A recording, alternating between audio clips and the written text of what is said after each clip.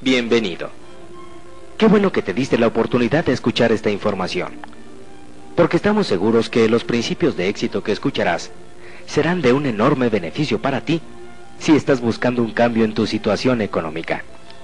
Pero empecemos por el principio. ¿Habías escuchado alguna vez la palabra paradigma? ¿Sabes lo que es y cómo afecta esto a tu vida? Escuchemos primero la definición y analicemos después cómo nuestros paradigmas afectan nuestra vida. Paradigma es un conjunto de creencias o reglas que hacen dos cosas en nuestro mundo. Primero, establecen o definen los límites en nuestra mente. Esto sería algo así como establecer las reglas del juego. Y segundo, te dicen cómo comportarte dentro de esos límites para ser exitoso, para estar en lo correcto o para estar dentro de lo normal o ser aceptado. Pero lo entenderemos mejor a través del siguiente ejemplo real. En 1968, el país fabricante de relojes más poderoso del mundo era Suiza. Solamente este país tenía el 65% del mercado a nivel mundial.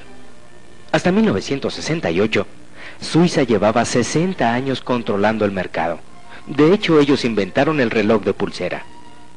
Tenían a 65,000 personas para la fabricación de relojes. Para 1980, esta cifra se redujo a tan solo 10,000 trabajadores de esta industria.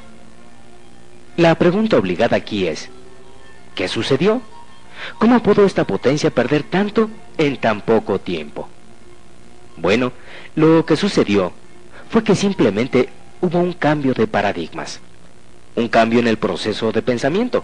Cambiaron las reglas de cómo se hacían los relojes, y aun y cuando los suizos eran los que más relojes fabricaban en el mundo, los que más investigación hacían, perdieron casi todo. De poco les sirvió su experiencia y su fuerza, porque cuando el proceso de pensamiento cambia, cuando las reglas del juego cambian, el mundo entero cambia, y se mueve hacia y alrededor de ese nuevo paradigma, de esa nueva forma de hacer las cosas. Lo que pasó entonces es que dos jóvenes investigadores suizos desarrollaron un nuevo concepto en la fabricación de relojes. Aplicaron el movimiento de cuarzo y desarrollaron el reloj electrónico, desarrollando así un proceso de pensamiento nuevo para la tecnología en la fabricación de relojes. Entonces, le presentaron este nuevo proyecto a los mayores fabricantes de relojes del mundo en ese tiempo. Pero los fabricantes estaban tan confiados y tan anclados en su propio patrón de pensamiento de cómo se deberían hacer los relojes, el cual implicaba un mecanismo con una serie de engranajes, resortes, etcétera, etcétera, que ellos habían inventado y perfeccionado, que no fueron capaces de aceptar un nuevo esquema, un nuevo paradigma, y cerraron su mente con tal fuerza a este nuevo concepto, que ni siquiera consideraron protegerse ellos mismos, y simplemente opinaron que eso no funcionaría, que así no se hacían las cosas, y negaron su existencia. Y como resultado de esa respuesta, estos dos jóvenes investigadores suizos llevaron el proyecto creado por ellos al Congreso Mundial de Fabricantes de Relojes, que se llevaba a cabo en Estados Unidos de Norteamérica ese año. Allí, ciertas personas de una empresa japonesa llamada Seiko pasaron, vieron la innovadora idea, y el resto es historia. Para 1980, Japón tenía el 33% del mercado mundial. Todo esto nos lleva a entender que el mundo está siempre avanzando, siempre cambiando, siempre mejorando. Y tenemos que darnos cuenta que los procesos de pensamiento cambian, y esto no solamente puede pasar en el área de manufactura de un producto. Nos puede pasar a nivel personal, como nación o como empresa. Pero te preguntarás, bueno, ¿y qué tiene que ver esto conmigo? Pues simplemente que el que no nos demos cuenta que lo que era bueno hace 40 o 50 años, no necesariamente seguirá siendo bueno ahora, y probablemente no será bueno en el futuro. Cuando pensamos en la situación económica por la que atravesamos la mayoría de las personas en la actualidad, nos encontramos con una situación difícil en la que parece que no existe solución. Y entonces nos preguntamos, ¿cómo llegamos hasta aquí? ¿Quién tuvo la culpa? ¿En dónde nos equivocamos? Qué interesante sería encontrar las respuestas a estas preguntas, ¿verdad? Pero escuchemos una historia común que le sucede a muchas parejas. Alicia y Eduardo se conocen en la universidad, se enamoran y se hacen novios. Son dos jóvenes llenos de sueños y proyectos que alcanzar.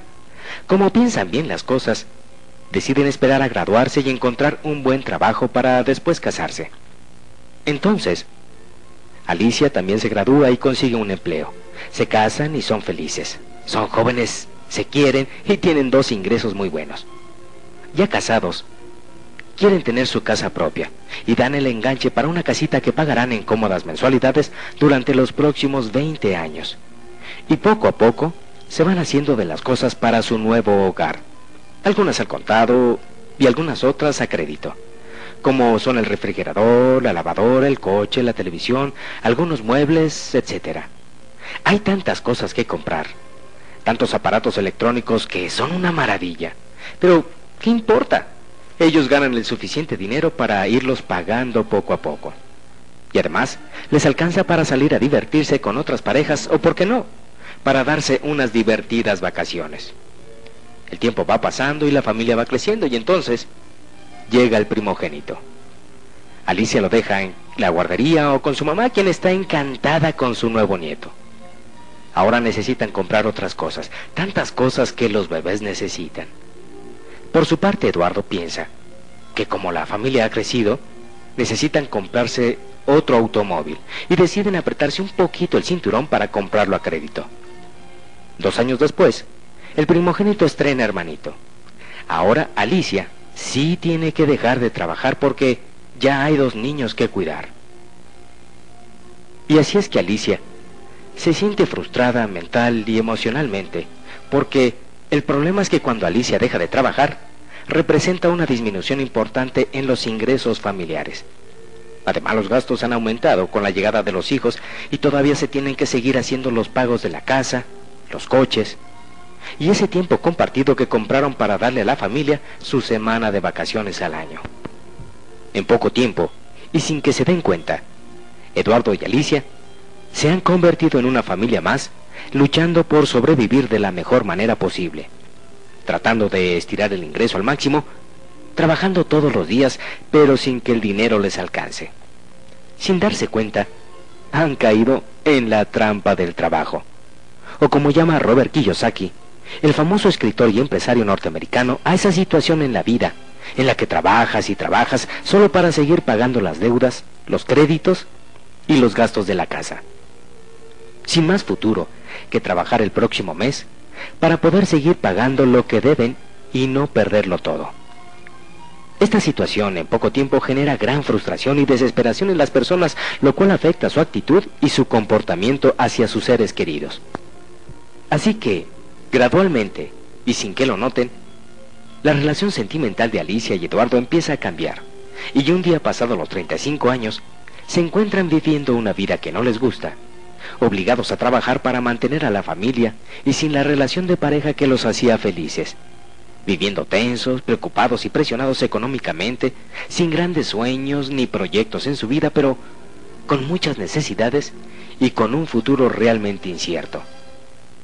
Esta historia es triste y desafortunadamente es más común de lo que nos imaginamos, con algunas pequeñas variantes, pero en esencia es igual. Esto pasa en muchas parejas en nuestro país. Es increíble darse cuenta cómo una situación tan simple como la de iniciar una vida en pareja puede convertirse en una situación de vida tan desmotivadora. Pero, ¿por qué es tan común esta historia en nuestros días? ¿Por qué el aspecto económico casi siempre es un problema en nuestras vidas? Pero sobre todo, ¿cómo podemos evitar caer en esta situación? O mejor aún, ¿cómo podemos salir de ella si es que ya la estamos padeciendo? Que la razón principal por la que las personas se estrangulan financieramente es porque pasan muchos años en la escuela estudiando cómo desarrollar sus habilidades profesionales para ganar más dinero, pero nunca aprenden nada de cómo manejar el dinero para hacer que ese dinero trabaje para ellos.